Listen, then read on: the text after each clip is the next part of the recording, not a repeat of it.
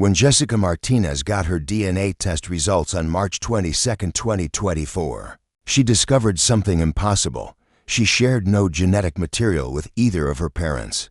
But that wasn't the shocking part. The shocking part was that for other women, born on the same night in 1987, had received identical results that same week.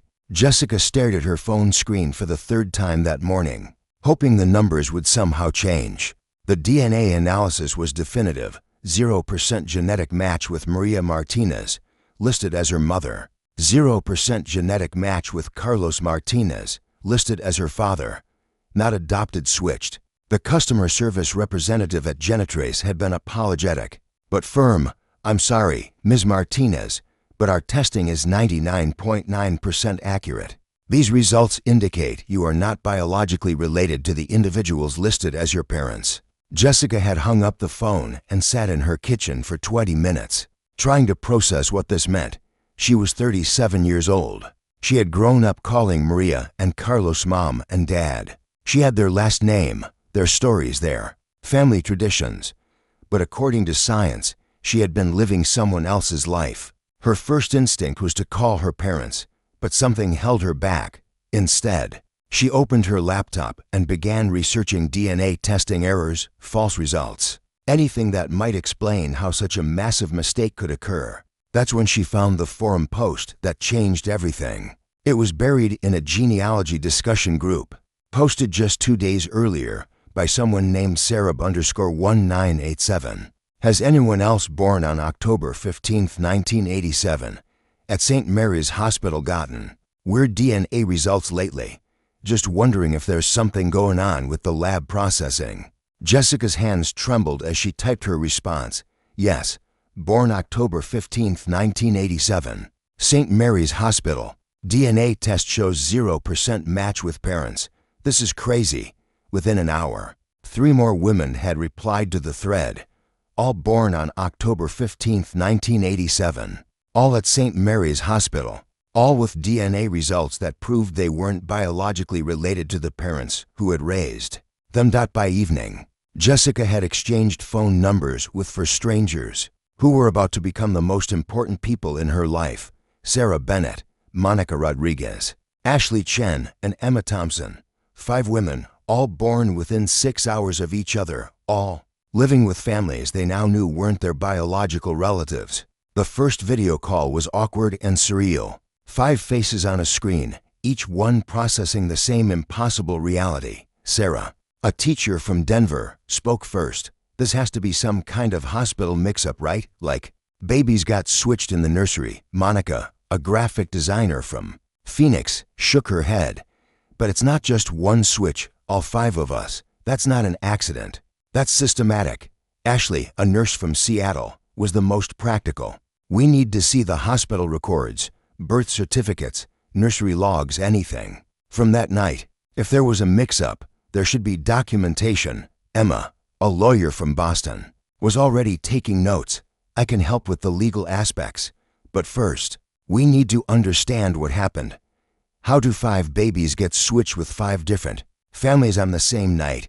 Jessica listened to the conversation with growing unease. She had been hoping for a simple explanation, a clerical error that could be corrected with a phone call. But the more they talked, the more it became clear that whatever had happened at St. Mary's Hospital on October 15, 1987, had been deliberate. Over the next week, the 5 women worked together to gather information. Jessica drove to St. Mary's Hospital, which was still operating under the same name, and requested copies of her birth records. The clerk was helpful, but limited in what she could provide due to privacy laws. The records she received were standard: birth time to 47 a.m., weight 7 pounds, 3 ounces, length 20 inches, attending physician Dr. Robert Henley, and the names of her parents Maria and Carlos Martinez. Everything looked normal and legitimate. But when Jessica compared her records with those obtained by the other women, a pattern emerged. All 5 babies had been born between midnight and 6 a.m. on October 15, 1987. All 5 had been attended by the same physician, Dr. Robert Henley. All 5 had spent their first nights in the same nursery ward. And all 5 had been discharged. Within hours of each other, between 8 a.m. and 12 p.m. on October 16, 1987, Sarah, the teacher, was the first to suggest they try to contact Dr. Henley. A quick internet search revealed that Dr. Robert Henley had retired from St. Mary's Hospital in 1995 and had passed away in 2018, but his obituary mentioned that he had been survived by his wife, Margaret Henley, who still lived in the same town. Jessica volunteered to make the call. Margaret Henley was in her 80s, but her voice was clear and sharp when she answered the phone. "Mrs. Henley, my name is Jessica Martinez. I was born at St. Mary's Hospital on October 15, 1987, and your husband, Dr. Robert Henley, was the attending physician. I'm calling because there's been some confusion about my birth records, and I was hoping you might be able to help me understand what happened that night." There was a long pause on the other end of the line when Margaret spoke again. Her voice was different, cautious, almost fearful. "What kind of confusion?" Jessica explained about the DNA tests, about the other for women, about the realization that none of them had gone home with their biological families. As she spoke, she could hear Margaret's breathing become more labored. "Oh God," Margaret whispered finally. "I told Robert this day would come. I told him someone would figure it out eventually." Jessica's heart pounded. "Mrs. Henley, what day? Figure out what?" Margaret was quiet for so long that Jessica thought she had hung up. Finally, she said, "Can you come see me? This isn't something I can discuss over the phone. And bring the other girls. They deserve to know the truth too." 2 days later, all 5 women drove to Margaret Henley's house, a small ranch-style home on the outskirts of town. Margaret answered the door before they could knock, as if she had been watching for them. She was a small woman with silver hair and eyes that held decades of secrets. "Come in," she said simply. "I've been carrying this burden for 37 years. It's time." Margaret led them to her living room and gestured for them to sit. On the coffee table, she had arranged a collection of items, a manila folder thick with documents, several photographs, and what looked like a journal with a worn leather cover. "Before I tell you what happened," Margaret began, "I need you to understand something about your births. You weren't just 5 random babies who happened to be born on the same night. You were selected." The word hung in the air like a physical thing. "Emma." The lawyer leaned forward. "Selected for what?" Margaret opened the journal and turned it so they could see the pages. It was filled with handwriting notes, dates, observations. "In 1987, my husband Robert was part of a research study. It was funded by a private foundation, but it was connected to government agencies.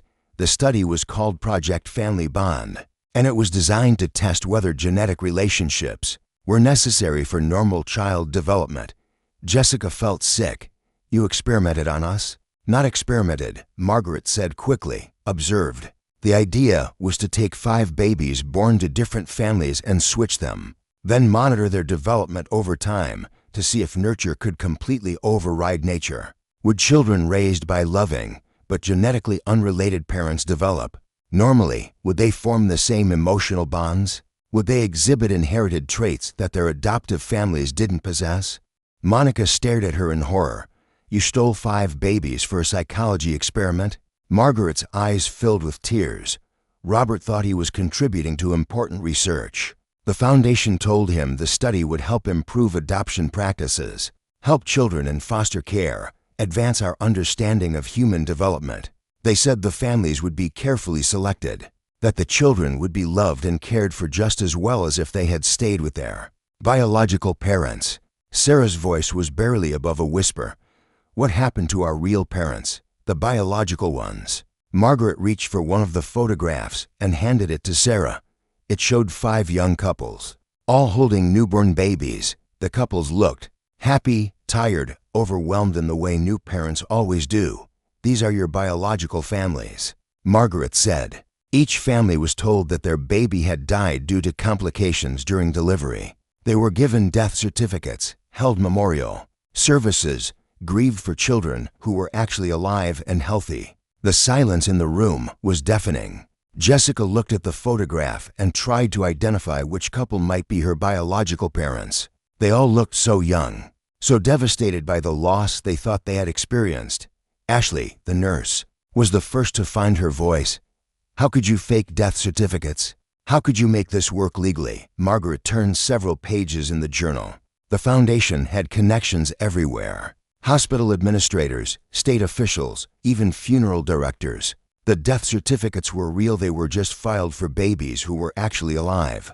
The babies who went home with your adoptive families were listed under different birth certificates, with the adoptive families listed as the biological parents. Emma was taking furious notes. "This is massive fraud, identity theft, kidnapping.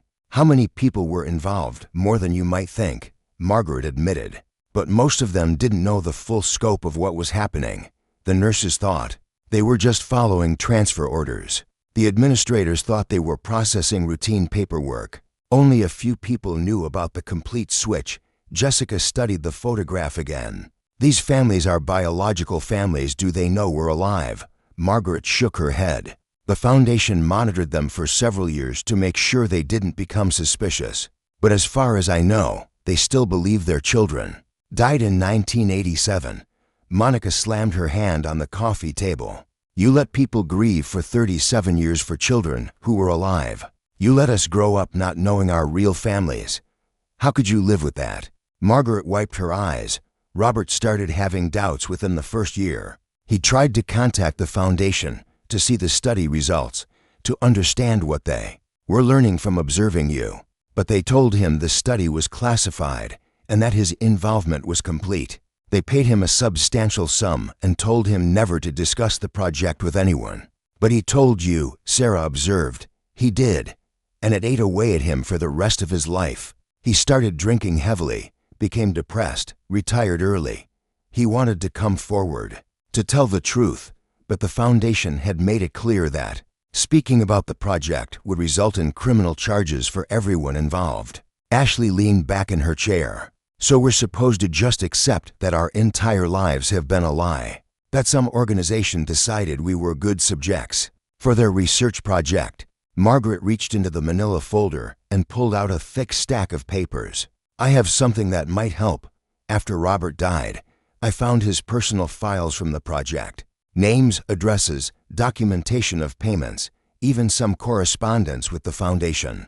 I've been wondering what to do with it for 6 years." Emma practically lunged for the papers. As she flipped through them, her expression grew more serious. "This is incredible. There are names here, specific details about how the switch was carried out, even financial records. Mrs. Henley, this is evidence of a massive conspiracy."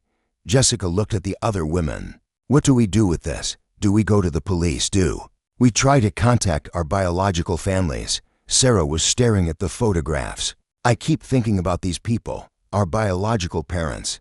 They think we're dead. They've probably spent 37 years grieving, wondering what their children would have looked like, what they would have accomplished. They have a right to know." But Monica was shaking her head.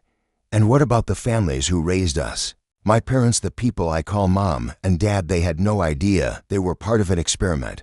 They loved me. They sacrificed for me. They shaped who I am.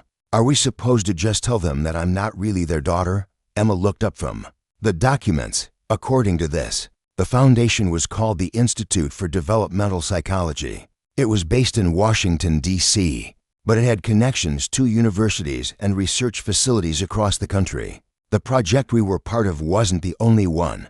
Ashley frowned. "What do you mean?" "It looks like they conducted similar switches in other cities, other hospitals. Project Family Bond might have affected dozens of families, maybe more." The weight of this revelation settled over the group. They weren't just 5 women dealing with a personal crisis. They were victims of a systematic program that had affected countless families across the country. Margaret stood up slowly. "I know this is overwhelming. I know it changes everything you thought you knew about your lives. But I want you to know that Robert never stopped feeling guilty about his involvement. He used to say that if he could do it over again, he would have refused to participate, no matter what the consequences." Jessica looked at the other women. "We need time to process this. But Mrs. Henley, thank you for telling us the truth. I know it couldn't have been easy." As they prepared to leave, Margaret handed Jessica a small envelope. "This has the contact Information for one of Robert's former colleagues, Dr. Patricia Voss. She wasn't directly involved in Project Family Bond, but she knew about it. She might be able to help you understand more about how the Institute operated. Over the next 2 weeks, the 5 women met regularly, both in person and over video calls, trying to decide what to do with the information they had learned. The decision was complicated by their relationships with their adoptive families. Jessica had grown up in a loving home. Maria and Carlos Martinez had been devoted parents who had worked 2 jobs each to provide for her and her younger brother who, according to the documents, was their biological child. They had celebrated her achievements, supported her through difficulties, and remained close to her as an adult. But she couldn't shake the knowledge that her biological parents had spent 37 years believing she was dead. According to Margaret's documents, her biological parents were David and Linda Thompson. They had been 22 and 21 when she was born. Young but excited about starting their family, Sarah's situation was more complicated. She had always felt like an outsider in her family, the artistic one among practical people, the quiet one among extroverts. Learning that she wasn't biologically related to them explained some of those differences, but it also made her question whether her adoptive parents had truly understood who she was. Monica's case was perhaps the most challenging. She had grown up in a troubled household with parents who struggled with addiction and financial instability.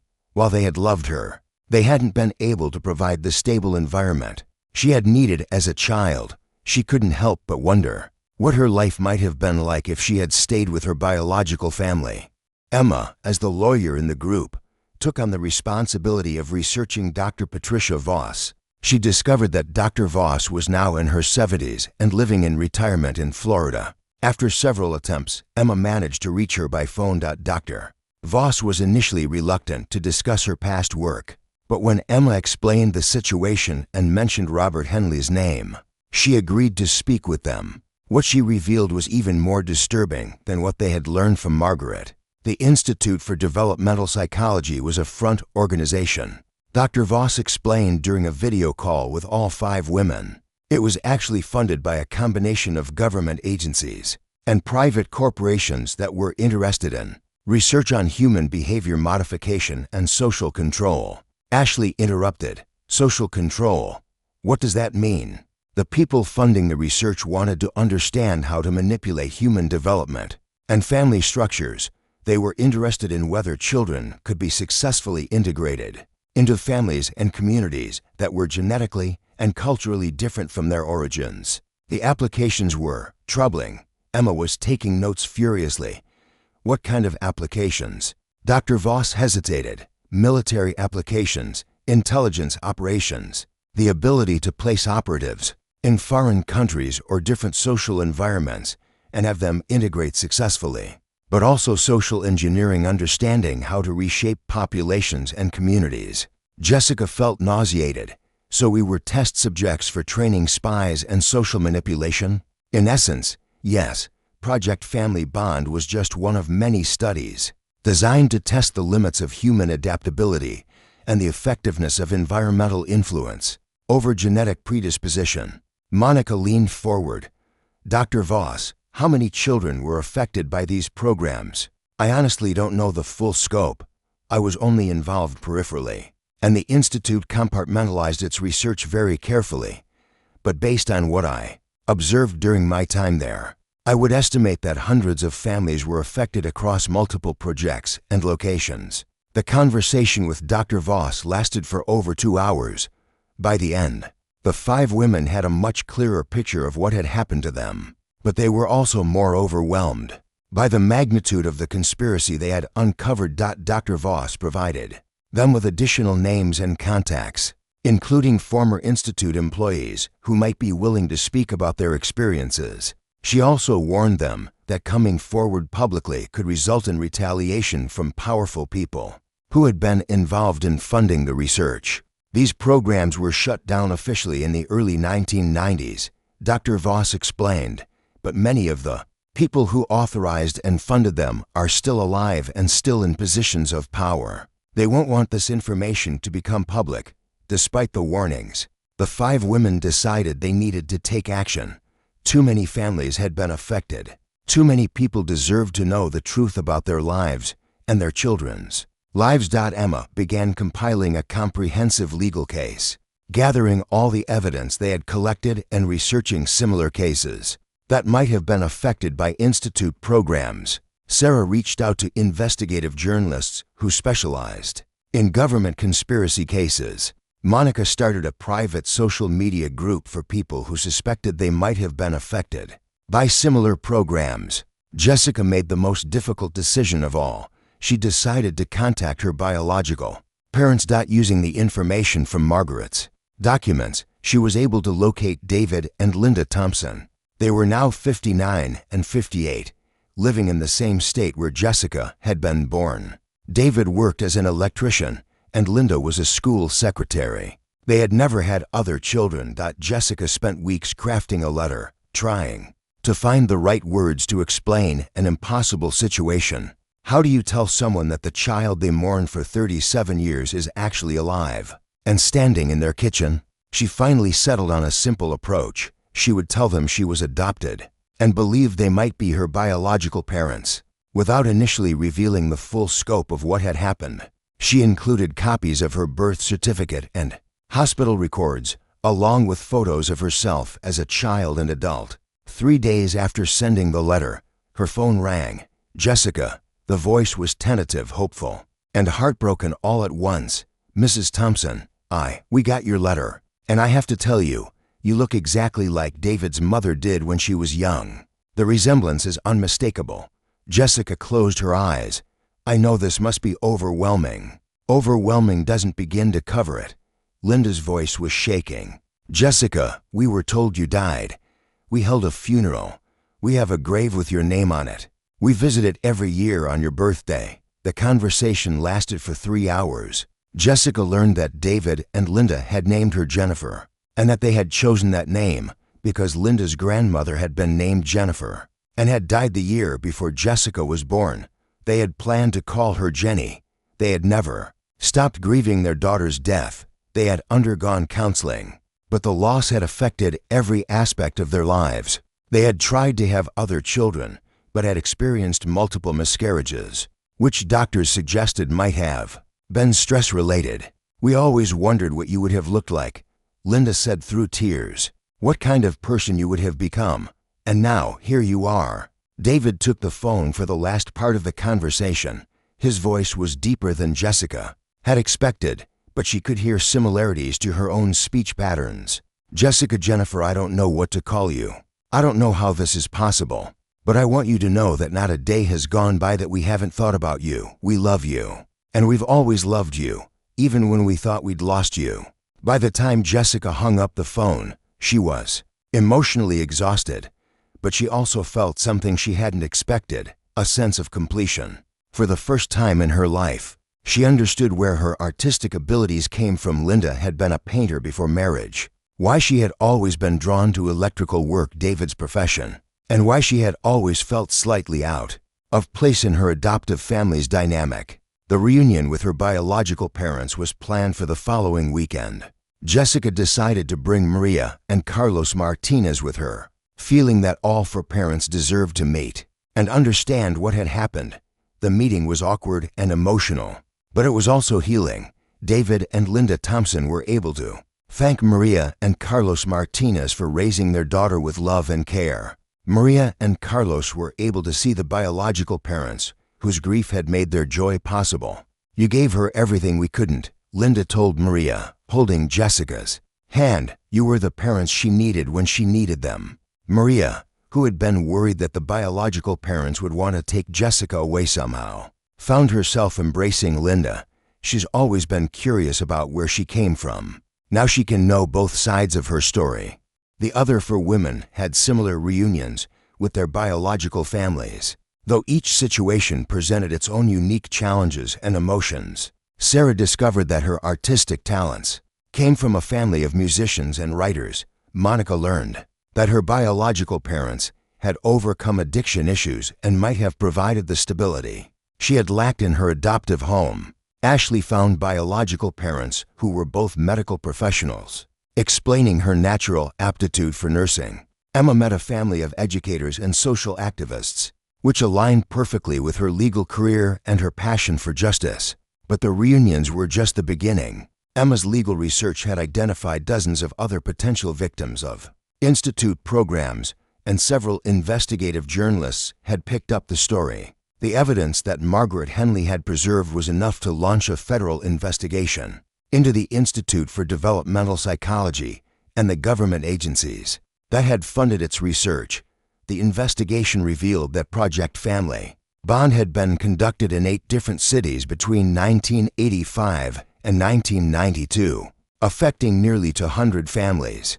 Other institute programs had manipulated adoption agencies, foster care systems, and even international adoption networks to conduct research on human development and social control. Some of the affected families chose to remain private, but others joined the growing movement for accountability and recognition. Support groups formed for both the children who had been switched and the parents who had been deceived. Legal action was taken against surviving institute officials and the agencies that had funded their research. Jessica found herself at the center of the movement, not by choice but by circumstance. Her decision to contact her biological parents had created a template that other families followed. Her willingness to speak publicly about her experience had encouraged others to come forward with their own stories. "I never expected to become an activist," Jessica told a reporter 6 months after the initial DNA test. "I just wanted to understand why I didn't look like my parents."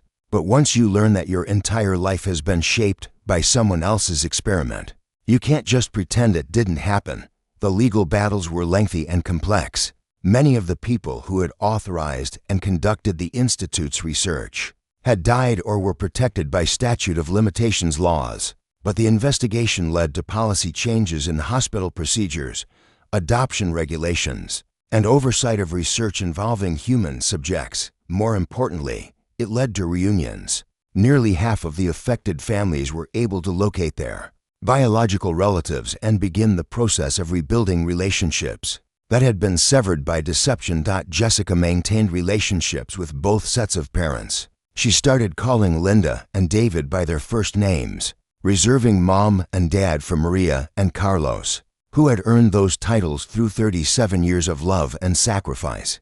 But she also began incorporating Thompson family traditions into her life, learning about her genetic heritage and the family history she had missed. "I'm not trying to make up for lost time," she explained to a counselor during one of her therapy sessions. "I'm trying to integrate to different parts of my identity. I'm Jessica Martinez because that's who I became, but I'm also Jennifer Thompson because that's who I was meant to be." The 5 women who had started as strangers bonded by an impossible DNA coincidence became lifelong friends and advocates.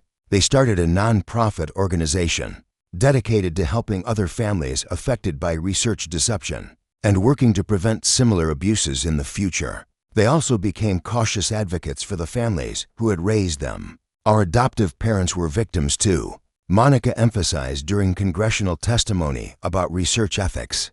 "They thought they were bringing home their biological children. They loved us without knowing the full truth of our origins. They deserve recognition and support, not blame." 3 years after the initial DNA test, Jessica stood in a cemetery with 8 other people, her 2 sets of parents, her adoptive brother, and David and Linda's siblings, who had become her aunt and uncle. They were visiting the grave that had been erected for Jennifer Thompson. In 1987, Jessica's grave. The headstone was small and simple. Jennifer Thompson, born October 15, 1987, died October 16, 1987, forever in our hearts. "It feels strange looking at your own grave," Jessica admitted to the group. David placed a hand on her shoulder. "This grave represents the daughter we thought we lost, but you represent the daughter we found. I think both can exist at the same time." Linda had brought flowers, the same type they had left every year for 37 years. "We'll keep coming here," she said, not to mourn Jennifer Thompson, but to celebrate Jessica Martinez. "This grave is part of our story now, part of how we found each other." Maria and Carlos Martinez had initially been uncomfortable with the cemetery visit. worried that it somehow diminished their role in Jessica's life. But watching David and Linda honor both the loss they had experienced and the joy of reunion helped them understand that love and family could be more complicated and more expansive than they had ever imagined. You know what I've learned from all this? Jessica said as they prepared to leave the cemetery. Family isn't just about genetics or legal documents or who raised you.